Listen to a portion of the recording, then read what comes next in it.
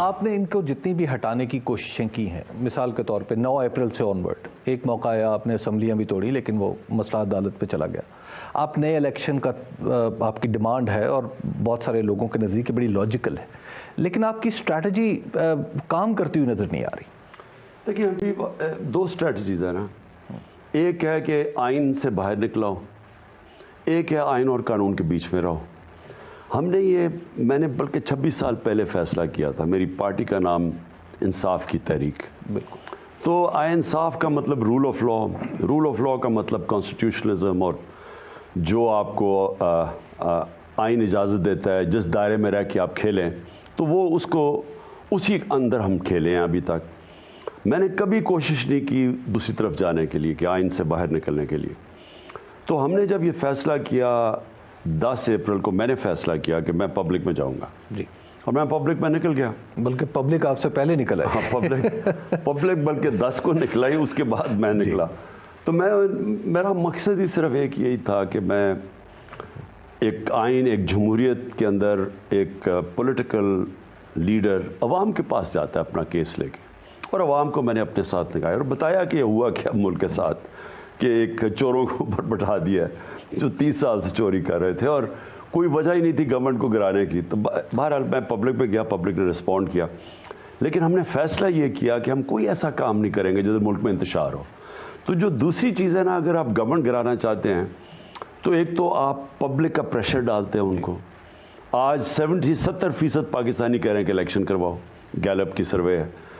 دوسری طرف آپ یہ کریں کہ خون خرابہ ہو، لوگ مریں اور تباہ ہو، وہ دوسرا طریقہ ہے.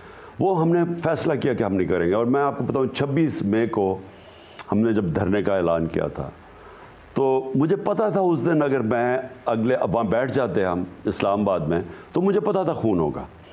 اب جب ہم 26 نہیں، آپ 25 مئی کی بات نہیں، میں 26 مئی کی، کیونکہ ہم صبح پہنچے تھے، میں پہنچتے 26 مئی ہو گیا تھا. تو ہم نے بیٹھنا تو اس دن شام کو تھا. پھر جو 26 نومبر تھا، وہ اتنی پبلک آئی تھی. اب وہ اس پبلک کو اگر ہم صرف یہی کنورٹ کر دیتے ہیں کہ ہم سارے اسلام آباد کو چوک کر دیں، ہم یا کہتے اسلام آباد کے اندر جانے لگے، تو وہ اتنی پبلک کو کوئی نہیں روک سکتا. لیکن انتشار ہونا تھا. تب بھی فیصلہ کیا کہ ہم آئینی طریقہ لیتے ہیں. آئین مجھے اجازت دیتا ہے کہ میں اپنی گورنمنٹ کو ڈیزالو کر سکتا ہوں. خان صاحب، آئینی طریقے میں سیاست بہت ساری انوالو ہو جاتی ہے. مثال کے طور پہ اگر آپ کی جو وفاقی حکومت تھی، اس میں بھی دیکھیں تو اس کے پیچھے جو نیت تھی وہ جو کچھ بھی تھی، لیکن سامنے ایک اس کا فساڈ جو تھا وہ آئینی تھا. یہاں پر بھی دستور بے شک آپ کو طاقت دیتا ہے آپ کے وزیر اعلیٰ کو کہ وہ اسمبلی توڑ دے، لیکن اس کے لیے پارلیمنٹ کے اندر، اسمبلیوں کے اندر پالیٹکس سے آپ بڑا گریز کر رہے ہیں. مطلب آپ دوسری پارٹیوں سے رابطہ کر سکتے ہیں. یہاں پر بھی آپ کی پارٹی کے اوپر، ایک پارٹی کے حلیفوں کے اوپر کچھ پریشرز ہیں. دیکھیے ابھی ہے کیا یہاں، یا پہلے تو ہماری گورنمنٹ گئی کیسے؟ آصف زرداری آیا وہاں سے اور 2-3 لوگوں نے بیگز پکڑ کے سندھ سے پہنچے. یا وہ سندھ کی گورنمنٹ کا پیسہ چوری کیا ہوا تھا، یا وہ کوئی چوری کا پیسہ تھا، کیونکہ حلال پیسہ تو نہیں تھا. اس پیسے سے انہوں نے 20-20 25-25 کروڑ دے کے لوگوں کو خریدنا شروع کیا سندھ ہاؤس کے اندر. ساری قوم دیکھ رہی ہے. اب کبھی بھی سٹنگ گورنمنٹ الیکشن نہیں، نو کانفیڈنس نہیں ہارتی، کبھی نہیں سٹنگ گورنمنٹ ہارتی. یعنی ان کے پاس سارے اسٹیٹ ریسورسز ہوتے ہیں. ہمارے پاس سوائے سندھ حکومت کے سارا پاکستان میں تو ہماری گورنمنٹ تھی، تو ہم تو پورے پیسے استعمال کر سکتے تھے، فیڈرل گورنمنٹ کے بھی، پنجاب جو بھی. تو ہم تو ان کو آرام سے خرید سکتے تھے، بولی آکشن لگ سکتی تھی وہاں. ہم نے انٹینشنلی فیصلہ کیا کہ ہم یہ نہیں کریں گے. ہم نے بزنس مین بھی تھے، انہوں نے بھی کہا کہ ہم آپ کو پیسے دینے کے لیے تیار ہیں. اچھا. خریدنے کے لیے. ہاں، کیونکہ بولی لگ رہی تھی وہاں. ویسے کاؤنٹر آفر کیا تھی یا کاؤنٹر بڈ کیا تھی؟ نہیں، وہ آکشن ہونی تھی نا. اچھا. انہوں نے 20 جو بھی ہمیں جو بتا رہے تھے 20 کروڑ سے تھوڑا سا زیادہ دیتے تھے، تو ہم 30 کروڑ دے دیتے. تو تھوڑے خریدنے تھے نا. لیکن ہم نے یہ فیصلہ کیا کہ اگر ہم نے یہ شروع کیا تو جو ایک ہمارا سارا پارٹی کا ہم آئے تھے، یعنی یا وہ کرپشن کا پیسہ ہونا تھا، اور یا پھر وہ پیسہ ہونا تھا گورنمنٹ کا چوری کیا ہوا پیسہ جو سندھ گورنمنٹ کر رہی ہے. جو ابھی پھر سے آصف زرداری سنا پہنچ گیا، یہاں کوئی ان کا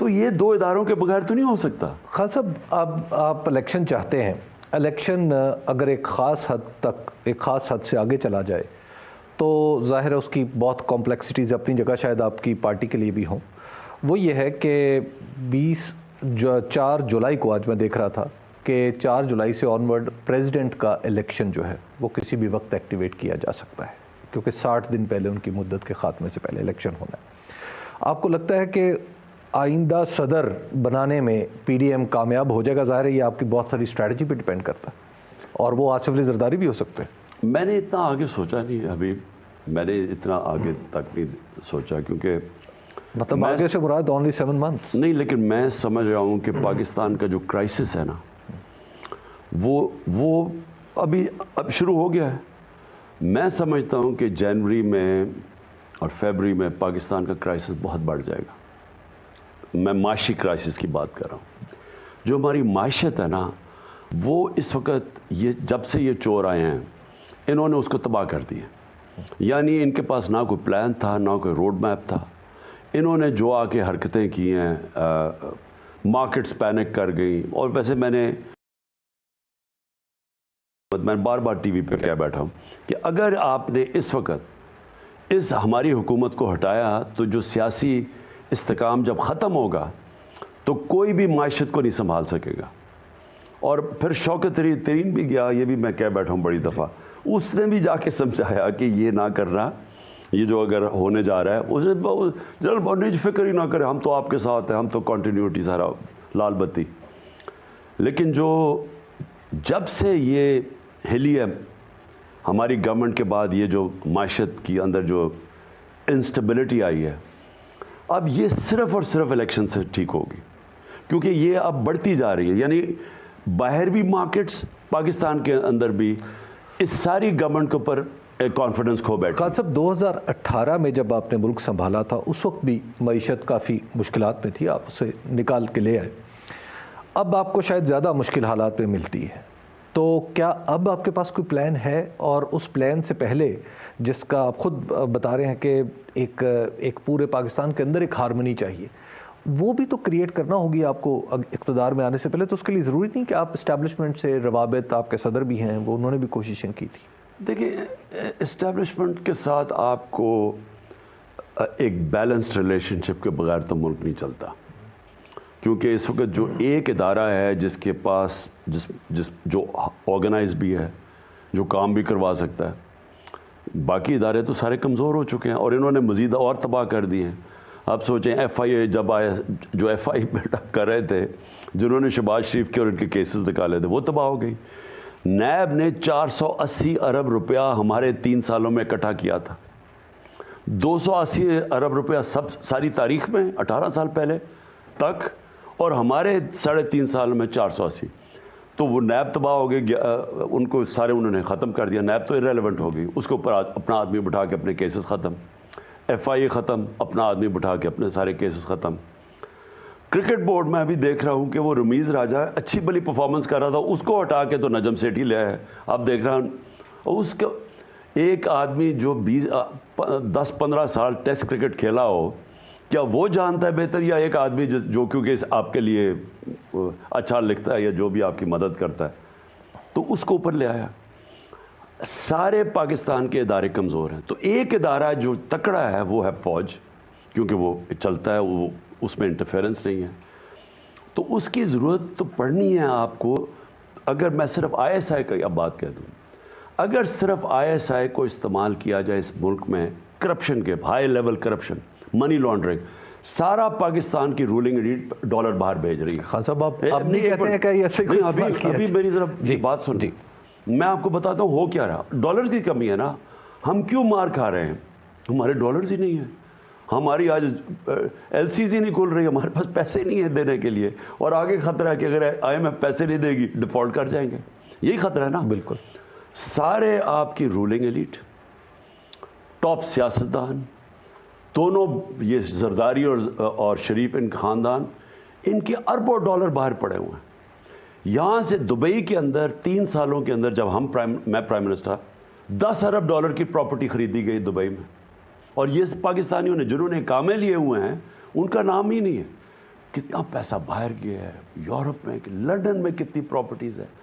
تو پاکستان سے جو چوری ہو کے جا رہا ہے، اگر ISI اس کا کام جو انٹرنل آئے، اس کا صرف کام اور رول آف لا، قبضہ گروپ ہے ہر جگہ، بڑے بڑے قبضہ گروپ پھر رہے ہیں یہاں، لوگوں کی پراپرٹیز پہ قبضے ہو رہے ہیں، اربوں روپے، میں اربوں روپے کی بات کر رہا ہوں جی. تو اگر یہی اس کا کام ہو، ایک نیب ریفارم کر کے ان کا کام ہو کہ یہ ڈالرز روکیں، یہ پراپرٹی اسمگلنگ روکیں، ان کے پاس نیٹ ورک ہے، یہ کر سکتے ہیں. سوچیں کہ اس ملک میں اگر کلین گورننس آپ نے دینی ہے اور وہ یہ اٹریکٹ کرے گی انویسٹمنٹ. دیکھیں دبئی کیوں جاتے ہیں لوگ؟ کیونکہ کلین گورنمنٹ ہے. تو میں صرف پوائنٹ آپ کو کہہ رہا ہوں. آپ نے کہا نا کرنا کیا آگے کرنا یہ ہے کہ پاکستان میں آپ نے گورننس سسٹم کو وہ بنانا ہے جو اب تک نہیں تھا. اور وہ کیسے ہوگا؟ آپ نے رول آف لا اسٹیبلش کرنا ہے. رول آف لا کیسے اسٹیبلش ہوتا ہے؟ طاقتور مجرم کو آپ نے قانون کے نیچے لے کے آنا ہے. جیسے وہ کریں گے میں آپ کو گارنٹی کرتا ہوں. آپ میرے سے پوچھ رہے ہیں نا کہ لوگ کیا ہوگا. 1 کروڑ پاکستانی باہر ہے، 5 لاکھ بھی بیرون ملک پاکستانیوں نے یہاں انویسٹمنٹ شروع کر دی نا، اور میں کہہ رہا ہوں میڈیم لیول کی انویسٹمنٹ. آپ کو کوئی ڈالرز کی ضرورت نہیں پڑے گی کسی سے.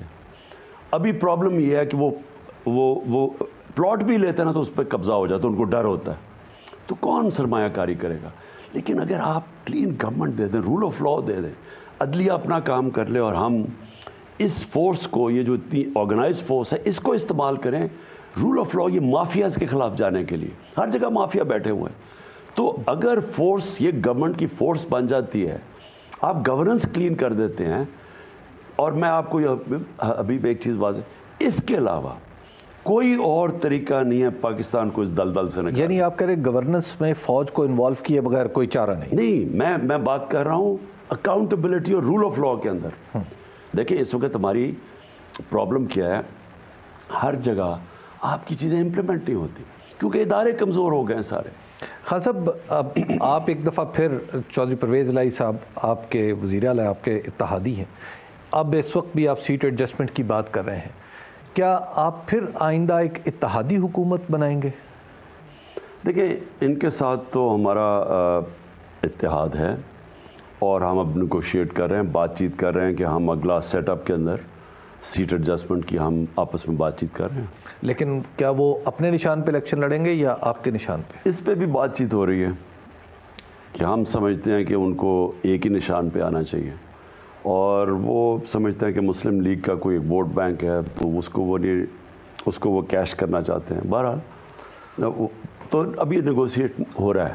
خان صاحب، پنجاب اسمبلی میں آپ کیا سمجھتے ہیں چودھری پرویز الہی صاحب اور PMLQ کا جو طرز عمل ہے، وہ پنجاب اسمبلی کی حفاظت کے لیے برسر پیکار ہیں یا آپ کے کہنے پہ توڑنے کی کوشش کر رہے ہیں؟ دیکھیں ابھی تک تو انہوں نے مجھے ریٹن دے دیا ہے کہ جب بھی اسمبلی کی ڈسولوشن پہ تو میرے پاس ہے.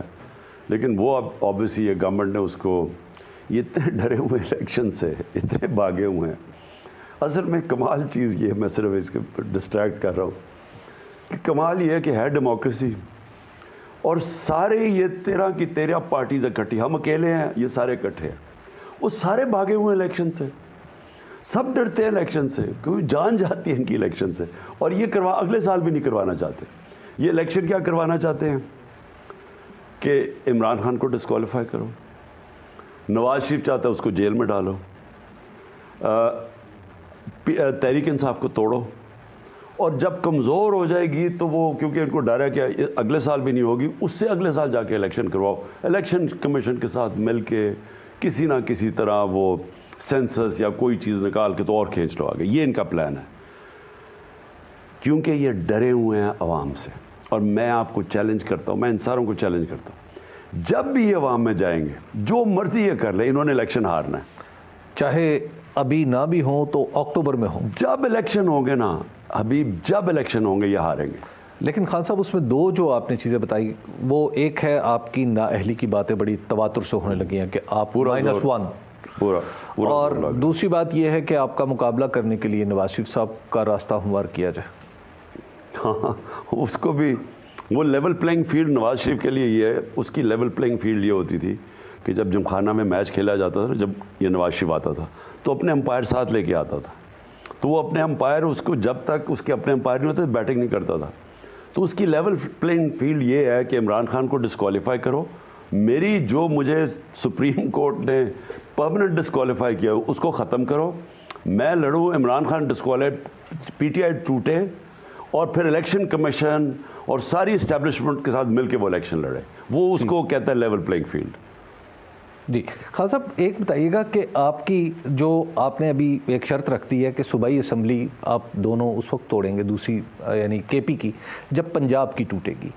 کیا ایسا نہیں ہو سکتا کہ معاملہ ادھر سے شروع ہو؟ تو آپ نہیں سمجھتے کتنا دباؤ پڑے گا؟ دیکھیں نا, وہ تو چھوٹی اسمبلی ہے. اچھا. اور اس کا اتنا فرق اس لیے کیونکہ ان کو افیکٹ کرتا ہے شریفوں کو. تو وہاں تو کے پی میں تو یہ ہے ہی نہیں نا, ان کو تو صرف پنجاب ہی افیکٹ کرتا ہے. تو یہ پنجاب کے اوپر ہی حکومت کرتے ہیں.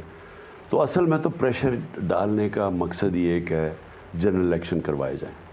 اور جنرل الیکشن کیوں کروائے جائیں؟ اس لیے نہیں کہ ہمیں ٹائم میں ہماری پارٹی کمزور ہوگی, اس لیے جنرل الیکشن کروائے جائیں کہ پاکستان کی معیشت بیٹھتی جا رہی ہے. میرے خیال میں یہ حالات بگڑتے جائیں گے. صرف الیکشنز یہ ایک چیز ہے جس سے اکنامک سٹیبلٹی آئے گی, پولیٹیکل سٹیبلٹی سے اکنامک سٹیبلٹی. اس لیے ہم سمجھتے ہیں کہ جتنا دیر جا رہے ہیں پاکستان دلدل میں پھنستا جا رہا ہے. ہمارے پاس اتنے زیادہ مسئلے آ جانے ہیں. مجھے جو خوف ہے ہائپر انفلیشن آ جائے گی. ہائپر انفلیشن کا مطلب کہ وہ انفلیشن جو عام آدمی نے تنخواہ در سب نے پس جانا ہے. کیونکہ اگر ڈالر گرتا گیا, آئی ایم ایف اب چاہ رہی ہے کہ روپیہ گرے گا, کیونکہ وہ کہہ رہے ہیں کہ ڈالر کو, روپے کو جو پیک کیا ہوا وہ چھوڑیں, تو وہ روپیہ اور گرے گا. اس سے ساری امپورٹس مہنگی, اس سے تیل مہنگا, اس سے بجلی مہنگی, اس سے گیس, سب کچھ مہنگا. وہ ساری چیزوں پہ ریفلیکٹ کرے گا. اور پھر اگر اس کے بعد بھی نہیں کنٹرول ہوتی اکانومی تو وہ مزید اور گرتا جائے گا. اور پھر وہ چاہتے ہیں کہ بجلی قیمت بڑھاؤ اور گیس کی قیمت بڑھاؤ. تو لوگ تو آگے ہی پس گئے ہیں. تو یہ مجھے آگے خطرناک صورتحال سری لنکا ٹائپ نظر آ رہی ہے. خان صاحب اگر آپ خود بھی حکومت میں ہوتے ہو تو شاید آپ کو یہ سب کچھ نہ کرنا پڑتا. نہیں, میں یہی آپ کو کہنا چاہتا ہوں کہ دیکھیں, ہم تو آئی ایم ایف کے ساتھ, ہم بھی ان کے پروگرام میں تھے. ہم کیوں سنبھال رہے تھے؟ ہم نے کیوں پیٹرول نیچے, جبکہ ان کے بعد جو آئل تیل ہے وہ تو اب $70 اور $80 کے بیچ میں آ گیا ہے. ہمارا گیا ہمارا 103 پہ تھا جب چھوڑا ہے, ہمارا تو $115 پہ گیا ہے. تو ہم نے اس کے باوجود آئی ایم ایف پروگرام میں ہم نے تو سنبھالا ہوا تھا. خان صاحب, میں آپ کا رابطہ سسٹم کے اندر کیا دوبارہ اسٹیبلش ہو رہے ہیں روابط؟ نہیں, میرا ابھی کوئی رابطہ کسی سے نہیں ہے. صدر ہمارا صرف ڈاکٹر الوی کے ساتھ ہے. وہ ڈاکٹر الوی بھی بات کرتے ہیں, جو بھی ان سے پی ڈی ایم سے بھی, اور اگر اسٹیبلشمنٹ سے بات کرنی ہو تو ڈاکٹر الوی کرتے. تو کیا مذاکرات کا کوئی راستہ نکل سکتا ہے؟ دیکھیں, ایک پولیٹیکل پارٹی تو ہمیشہ تیار ہوتی ہے مذاکرات کے لیے, لیکن پی ڈی ایم سے تو فائدہ کوئی نہیں, کیونکہ ہمیں پتہ ہے ہم چاہتے ہیں الیکشن, یہ نہیں چاہتے, تو ان سے تو کوئی فائدہ ہی نہیں ہے. خان صاحب, سیاستدانوں پہ ایک پریشر آ رہا ہے کہ پولیٹیشینز مل کے کوئی فیصلہ کر لے, کیونکہ اگر کوئی ادارہ یہ پولیٹیکل ہے تو سیاستدان بیٹھ کے بات کر لیں. بہت بڑا پرابلم ہے نا ابھی. پولیٹیشینز ہمیشہ بیٹھ کے فیصلے کر سکتے ہیں, لیکن یہ جو ڈاکو ہیں ان کے ساتھ کیسے بیٹھے؟ جو دیکھیں نا, انہوں نے جو کیا ہے, انہوں نے کیا یہ ہے کہ انہوں نے پہلے پیسہ چوری کیا, وہ باہر لے گئے. ان کے اوپر مشرف نے جب کیسز بنائے یہ باہر بھاگ گئے, اور اس کے بعد اسے این آر او لے کے, یعنی کیسز یہاں کے معاف کروا لیے.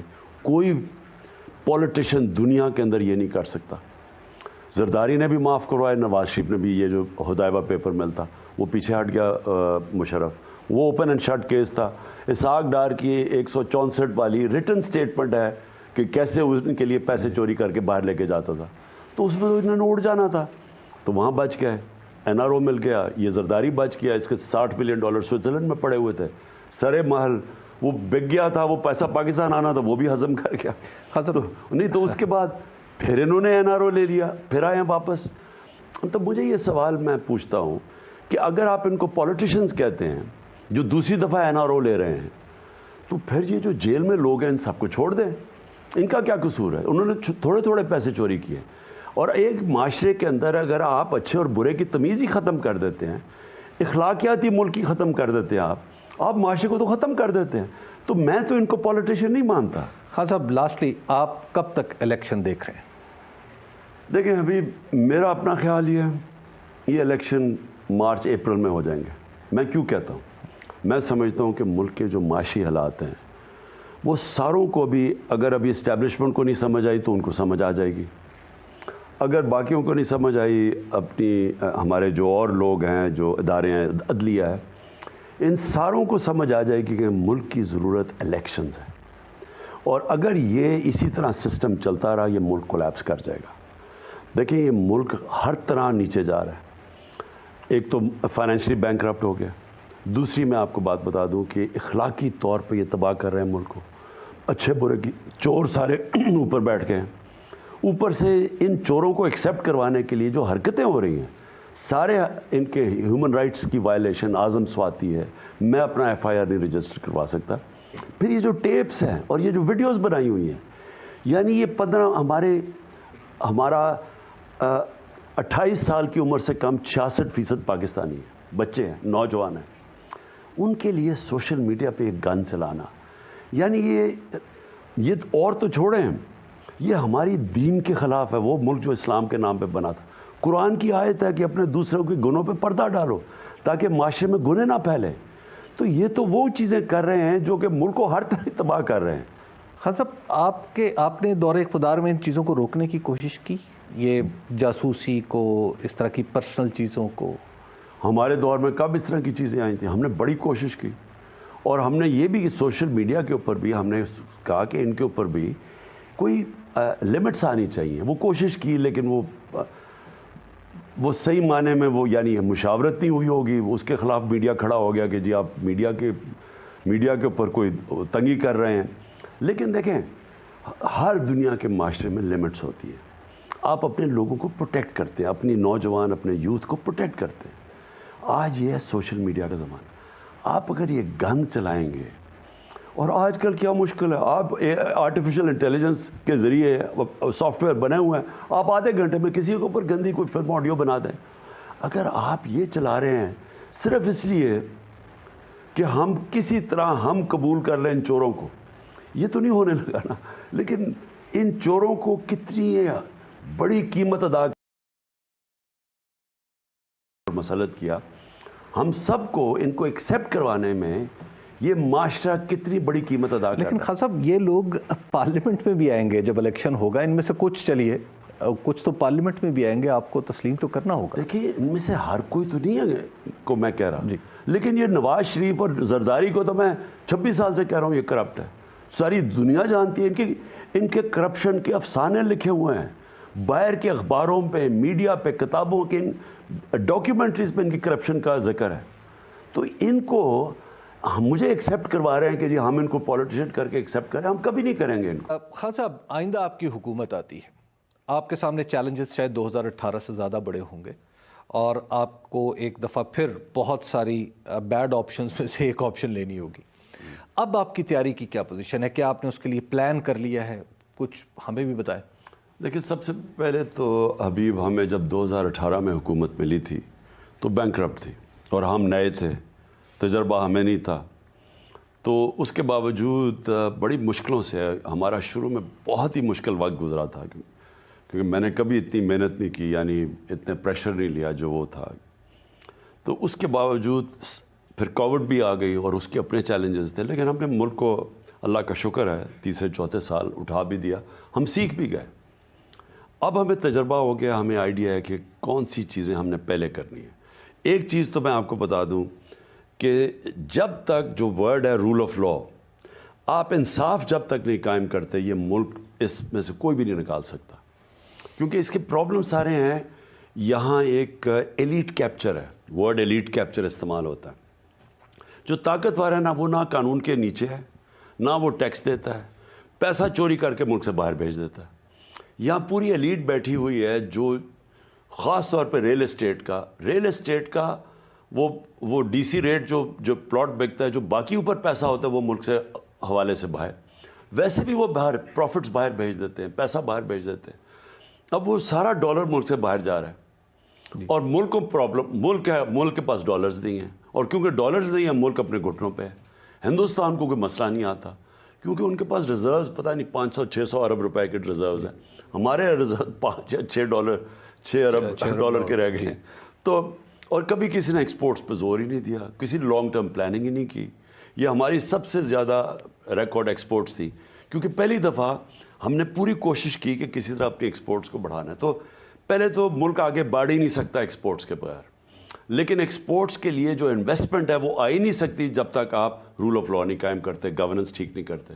وہ میں نے آپ پھر واپس جا رہا ہوں کہ یہی ہم اپنی اسٹیبلشمنٹ کو رول آف لا کے لیے لگانا پڑے گا ہمیں, یعنی اسٹیبلش. خان صاحب آپ کی یہ بات بار بار جب آپ رول آف لا کی بات کرتے ہیں, نو ڈاؤٹ معاشرے اس کے بغیر آگے نہیں بڑھ سکتے, لیکن جب آپ یہ بات کہتے ہیں تو کچھ خوف بھی پیدا ہو جاتا ہے کہ آپ رول آف لا کی جب بات کرتے ہیں, جیسے آپ پہلے آئے تو آپ نے احتساب کا اتنا بہت سارا, اس سے لوگ ڈر گئے, بزنس مین بھی ایون ڈر گئے, اور آپ کو خود بھی اپنی حکومت میں اس میں کچھ ترمیم کرنا پڑی, یا آپ چاہتے تھے کہ ترمیم کر لیں. اور اب بھی جب آپ رول آف لا کی بات کرتے ہیں تو کیا کوئی ریڈیکلی آپ ایسا لگتا ہے کہ جیسے کوئی تلوار آپ کے ہاتھ میں ہوگی اور آپ گھوڑے پہ بیٹھے ہوں گے اور اسلام آباد سے کراچی تک پتہ نہیں رول آف لا کے نفاذ کی کیا صورت ہے؟ دیکھیں ابھی مجھے دنیا میں ایک ملک بتا دیں جدھر رول آف لا ہے اور جدھر غربت ہے, اور ایک ملک بتا دیں جدھر رول آف لا نہیں ہے اور جدھر خوشحالی ہے. ایک ملک نہیں ہے. نہیں, سارے ملک جو غریب ہیں وہاں رول آف لا نہیں ہے, سارے ملک جو امیر ہیں وہاں رول آف لا ہے. لیکن سختی, اس کے لیے سختی کی حد کیا ہوگی؟ میں کہہ رہا ہوں کہ پاکستان کے لیے یہ جو میں 26 سال پہلے انصاف کی تحریک شروع کی تھی, اس ملک میں جب تک آپ انصاف نہیں قائم کریں گے یہ ملک وائبل ہی نہیں ہے, سالونٹ ہی نہیں ہے, پیر پہ نہیں کھڑا ہو سکتا. کیونکہ دیکھیں ہو کیا رہا ہے, ایک چھوٹا سا ایک طبقہ اوپر بیٹھ کے اس کا خون چوس رہا ہے. اس کو آپ بار بار NRO دے دیتے ہیں, آپ ان کے لیے پریولیجز کر دیتے ہیں, قانون ان کے لیے بدل دیتے ہیں, ان کے پاس ٹیکس وہ نہیں دیتا ہے. اب آپ اگر ہم سمجھتے ہیں کہ ہم ملک کو وائبل کریں گے تو کوئی مغربی ملک دیکھ لیں, کوئی سوئٹزرلینڈ دیکھ لیں, یورپ دیکھ لیں, انگلینڈ دیکھ لیں, امریکہ دیکھ لیں, اسکینڈینیویا دیکھ لیں, یہ کیوں کامیاب ہے؟ کیونکہ طاقتور قانون کے نیچے وہ ٹیکس دیتا ہے, وہ غلط کام نہیں کرتا. اچھا وہ لوگ آزاد ہو جاتے ہیں, آپ جب انصاف دیتے ہیں لوگوں کو آزاد کر دیتے ہیں. کیوں یہاں پاکستانی باہر لیکن آپ کے انصاف سے کچھ لوگ ڈرتے بھی نہیں, ابھی میں سمجھا دوں پہلے, کیوں پاکستانی یہاں سے بلیک کا ویزا غلطی سے اسمگلنگ کر کے باہر جاتے ہیں اور پیسے کھڑے ہو جاتے ہیں پیر پہ؟ کیوں ہوتے ہیں؟ کیوں؟ پیسے تو نہیں کوئی بانٹ رہا, لیکن وہاں انصاف ہے, محنت کرتا ہے, اس کو وہاں کوئی قبضہ گروپ نہیں ہے. مجھے بتائیں قبضہ گروپ کیوں یورپ میں نہیں ہے, کیوں امریکہ میں نہیں ہے؟ قبضہ گروپ اس ملک میں جدھر انصاف نہیں ہے, جدھر رول آف لا نہیں ہے. قبضہ گروپ کیسے کدھر آپریٹ کرتا ہے؟ کمزور کے اوپر. میں کمزور کی زمین, طاقتور کی تو میں زمین نہیں قبضہ کرتا, میں کمزور کی کر لیتا ہوں. ساری جگہ طاقتور کمزور کے اوپر قبضے کر رہا ہے اور وہ ملک آگے نہیں بڑھ سکتا. اور پھر سے میں کہتا ہوں اوورسیز پاکستانی کبھی یہاں انویسٹ نہیں کرے گا, سرمایہ کاری آئے گی نہیں. اتنا بڑا ہمارا 1 کروڑ اوورسیز پاکستانی, وہ کیوں نہیں آتا؟ کیونکہ رول آف لا نہیں. آپ کتنے عرصے میں یہ تاثر بنا دیں گے, جیسے آپ کہہ رہے ہیں کہ 5 لاکھ لوگ بھی یہاں پہ انویسٹ کر دیں, کتنا عرصہ لگے گا آپ کو رول آف لا کا تاثر قائم کرنے میں کہ دنیا سمجھے کہ ہاں؟ دیکھیں اس میں سارے, میں اکیلا نہیں ہوں گا, یہاں داروں کو سب کو پہلے تو قوم کو فیصلہ کرنا پڑے گا کہ کیا ہم نے بیکاریوں کی طرح کہ میں مانگنے نہیں آیا لیکن مجبور ہوں, کیا ہم نے ایسے گزارا کرنا ہے؟ کیا ہم نے ہاتھ پھیلا کے یا ذلیل ہوتے رہنا ہے کہ اس لیے تو پاکستان نہیں بنا تھا؟ یا کیا خوددار ایک لا الہ الا اللہ کا مطلب کیا, پاکستان کا نعرہ کیا, جو کہ خودداری کے اوپر, غیرت کے اوپر ایک عظیم قوم بنا تھا ہم نے. تو اگر ہم نے وہ بننا ہے تو یہ غلط فہمی میں سارے ادارے دیکھ لیں جو بھی ہیں, اگر یہ ملک اکٹھا ہو کے اب اس طرف نہیں جائے گا لا الہ الا اللہ پہ, جس کے لیے ایک عظیم خواب کہ ہم نے عدل اور انصاف, جو مدینہ کی ریاست میں سب سے پہلے تو عدل اور انصاف قائم ہوا تھا, پھر خوشحالی آئی تھی. تو اگر یہ قوم ادھر نہیں جائے گی, مجھے افسوس سے کہنا پڑتا ہے یہ قوم وائبل ہی نہیں رہے گی. آپ کو پتہ ہے 7.5 لاکھ پاکستانی, جس میں ٹاپ پروفیشنلز, ڈاکٹرز, انجینئرز, صرف 7 مہینے میں ملک چھوڑ کے باہر چلے گئے. تو پاکستان کے اوپر تو امید ہی ختم ہوتی جا رہی ہے لوگوں کو. خان صاحب دہشت گردی کی وارداتیں ایک دفعہ پھر بڑی, اسلام آباد میں بھی دھماکہ ہوا, بنوں میں بھی یہ صورتحال ہوئی. آپ بڑے اس بات کے سپورٹر رہے ہیں کہ ان کے ساتھ مذاکرات کیے جائیں. اب آپ کو کیا لگتا ہے آپ حکومت میں بھی رہے, آپ نے افغانستان کا چینج بھی دیکھا, پھر مذاکرات بھی ہوئے, اب آپ کو کیا لگتا ہے؟ دیکھیں حبیب, ہماری بڑی خوش قسمتی تھی کہ ایک گورنمنٹ افغانستان میں آ گئی جو پرو پاکستان تھی. یہ جو موجودہ حکومت ہے, جو پچھلی حکومت تھی, 3 ڈفرنٹ دہشت گرد کے گروپس آپریٹ کر رہے تھے پاکستان میں افغانستان سے. وہ اگست میں گری ان کی گورنمنٹ, ان کی گورنمنٹ آ گئی, یہ پرو پاکستان گورنمنٹ تھی. پاکستان نے پتہ نہیں لاکھوں لوگوں کو ایویکویٹ کروایا افغانستان سے, کیونکہ یہ گورنمنٹ ہمارے سے فرینڈلی تھی. تو ہمیں سفارشیں, مجھے آتی تھی سفارشیں پرائم منسٹرز کی, یورپین, کینیڈین, وہ مجھے کر رہے ہیں, مجھے شکریہ ادا کر رہے ہیں کہ پاکستان نے ان کی مدد کی ایویکویشن میں. ساری دنیا ہمارے سے خوش تھی کیونکہ ہمارے ان سے تعلقات اچھے تھے. تو اس کے بعد کیا ہوا؟ اصولاً تو ہونا چاہیے تھا کہ ٹی ٹی پی جب اس نے پاکستان واپس آنا تھا, ایک فرینڈلی ہماری گورنمنٹ تھی وہاں, تو ہمارے لیے تو بڑا آسان ہونا تھا ان سے نیگوشیٹ کر کے, اور ایسی سیٹلمنٹ ان سے ہوتی, اور اس میں پیسے چاہیے تھے. ہم نے ایکسٹرا پیسے بھی ان کے لیے ریلیز کیے تھے. فاٹا کے لیے ایکسٹرا پیسے ریلیز کیے تھے جو فیڈرل گورنمنٹ نے آ کے بند کر دیے. یہ جو چوروں کی حکومت آئی انہوں نے بند کر دی. اگر ہم وہاں اس وقت ان کی سیٹلمنٹ کے لیے جو پیسے تھے اور مرجر کے لیے جو ان کے پیسے خرچ کرنے تھے, کیونکہ یہ بڑا خطرناک ہے, میں آج آپ کو کہہ رہا ہوں, اگر وہاں پھر سے وائلنس شروع ہو گیا, جو مجھے خدشہ آیا, کیونکہ اب افغانستان کی حکومت بھی ہماری اتنی پرو نہیں ہے. وہ بلاول بھٹو ساری دنیا میں بھاگا پھر رہا ہے, سنا 2.25 ارب روپے آپ نے ٹورس پہ خرچ کر. میں نے اپنے خود پیسے خرچ کیے. اب تو وہ یہ بھی کہتے ہیں, میں یہ انتظار کر رہا ہوں کہ مجھے ذرا کوئی پتہ چلے پیسے خرچ کیے ہیں اس نے, کیونکہ چھٹیاں ہو رہی نا. تو جدھر جانا چاہیے تھا افغانستان ادھر تو گیا نہیں. جانا تو افغانستان میں چاہیے تھا جدھر ہمارے لیے 2500 کلومیٹر کا بارڈر ہے, اور یہ بڑا ڈیلیکیٹ سچویشن ہے. میں نے جب یہ افغانستان ہوا, جو سارا مسئلہ تھا, دیکھیں ہمیں یہ بہت بڑی اپرچونٹی مل گئی تھی کہ مکمل طور پہ ہمارے اس بارڈر کے اوپر امن ہو جائے. لیکن اب مجھے خدشہ یہ ہے کہ اگر وہاں تعلقات مجھے اتنے اچھے نہیں لگ رہے ہیں, میں نے تو دیکھ رہا تھا ہرات میں پاکستان ایمبیسی کے باہر مظاہرے بھی ہوئے ہیں, تو مجھے خطرہ یہ ہے کہ اگر ہمارے ان کے تعلقات ٹھیک نہ رہے اور ان کی مدد نہ رہی ہمیں, تو یہ ہمارا بارڈر تو ایک پہلے ہی ملک کے معاشی حالات برے ہیں. تو اگر یہاں دہشت گردی شروع ہو گئی, جو پہلے 10 سال آپ سب جانتے ہیں کہ کیا ہوا, اور خاص طور پہ جب اسلام آباد کے اندر یہ جو ہوا ہے, تو یہ ہمارے لیے تو خطرے کی گھنٹی بج رہی ہے اس وقت. یہ سچویشن بڑا خطرناک ہے ہمارے لیے آگے.